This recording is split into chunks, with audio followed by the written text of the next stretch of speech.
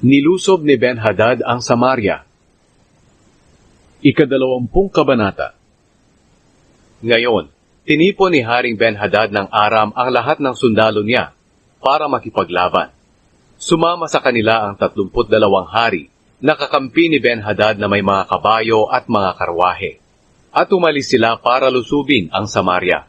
Nagsugo si Ben-Hadad ng mga mensahero sa Samaria para iparating ang mensaheng ito kay Haring Ahab ng Israel. Ito ang ipinapasabi ni Ben-Hadad: "Ang iyong mga pilak at ginto ay akin, at ang iyong mga asawa at ang iyong mabubuting anak ay akin din."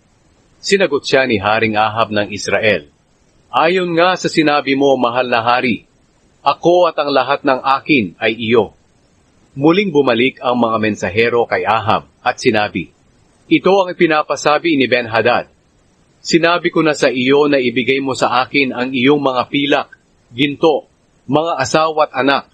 Pero bukas sa ganito ring oras, papupuntahin ko riyan ang mga opisyal ko para maghalughog sa palasyo mo at sa mga bahay ng iyong mga opisyal.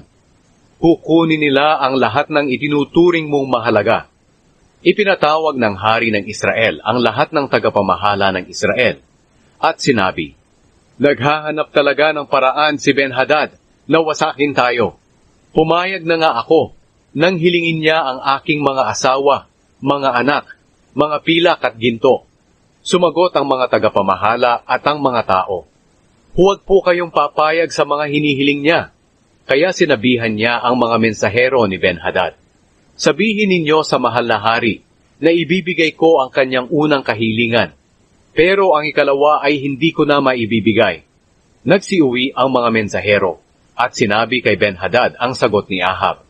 Nagpadala muli si Ben-Hadad ng mensahe kay Ahab, "Lubos sana akong parusahan ng mga Diyos kung hindi ko mawasak ng lubos ang Samaria. Titiyakin kong kahit alikabok ay walang maiiwan na madadakot ang mga sundalo ko." Sumagot ang hari ng Israel, "Sabihan niyo siya na ang sundalong naghahanda pa lang sa pakikipaglaban ay hindi dapat magmayabang, tulad ng sundalong tapos nang makipaglaban." Natanggap ni Ben-Hadad ang sagot ni Ahab habang umiinom siya at ang mga kasama niyang hari roon sa kanilang mga tolda. Agad niyang inutusan ang mga tauhan niya na maghanda sa paglusob sa Samaria, at sinunod nila ito. Tinalo ni Ahab si Ben-Hadad. Samantala, may dumating na isang propeta kay Ahab at sinabi, "Ito ang sinasabi ng Panginoon, nakita mo ang napakaraming sundalo ni Ben-Hadad, pero ipapatalo ko sila sa iyo sa araw na ito, at malalaman mo na ako ang Panginoon." Nagtanong si Ahab, "Pero sino ang tatalo sa kanila?" Sumagot ang propeta, "Ito ang sinasabi ng Panginoon, ang mga binatang sundalo na nasa ilalim ng kapangyarihan ng mga gobernador ng mga probinsya ang siyang tatalo sa kanila." Nagtanong si Ahab, "Sino ang unang lulusob?"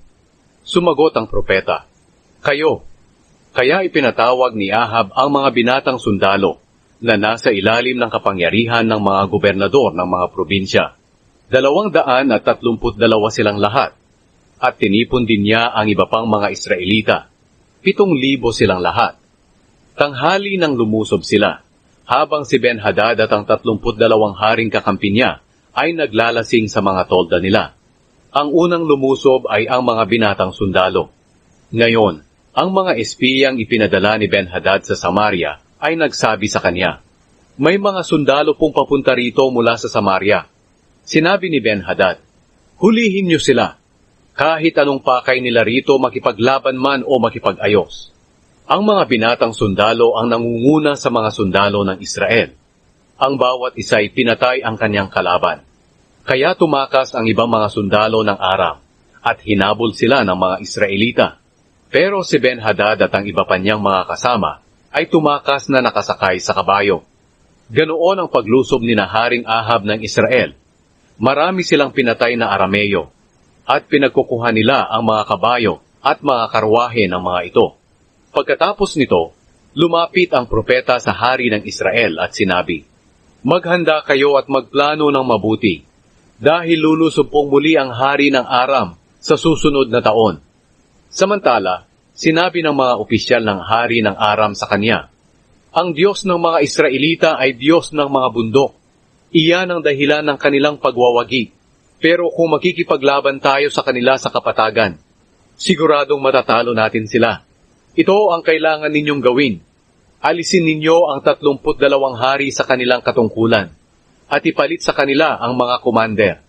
Pagkatapos magtipon kayo ng mga sundalo, mga kabayo, at mga karwahe na kasindami ng mga nawala noon.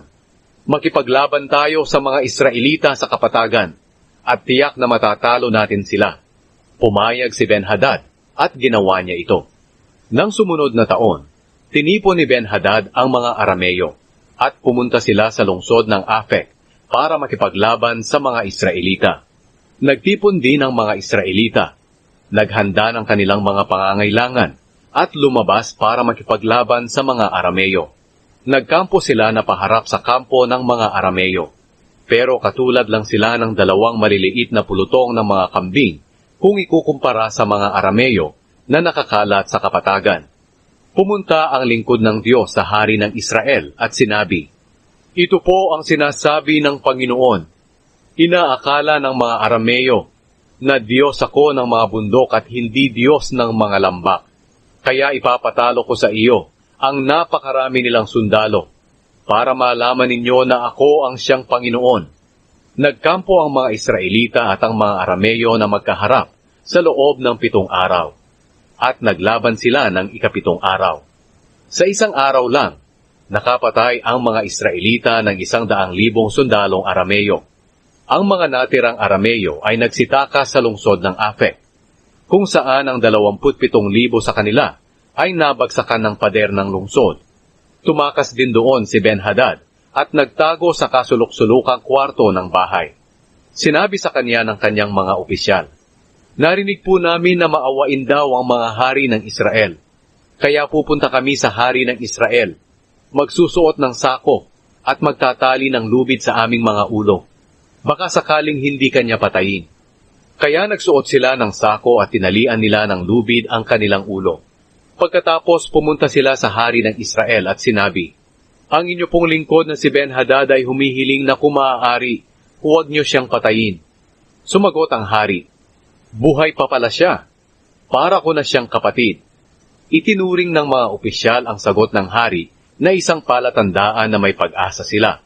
Kaya agad naman nilang sinabi na, "Opo, si Ben-Hadad ay para na ninyong kapatid." Sinabi ng hari, "Dalhin ninyo siya sa akin." Pagdating ni Ben-Hadad, pinasakay siya ni Ahab sa kanyang karwahe. Sinabi ni Ben-Hadad kay Ahab, "Isasauli ko sa iyo ang mga lungsod na inagaw ng aking ama sa iyong ama, at maaari kang magpatayo ng mga tindahan sa Damascus, katulad ng ginawa ng aking ama sa Samaria." Tugon ni Ahab, "Sa alok mong ito, pakakawalan kita." Kaya gumawa sila ng kasunduan at pinaalis siya ni Ahab. Samantala, may isang taong kabilang sa samahan ng mga propeta ang inutusan ng Panginoon para sabihin ito sa kasama niya, "Sige, saktan mo ako." Pero tumanggi ang kasama niya na saktan siya.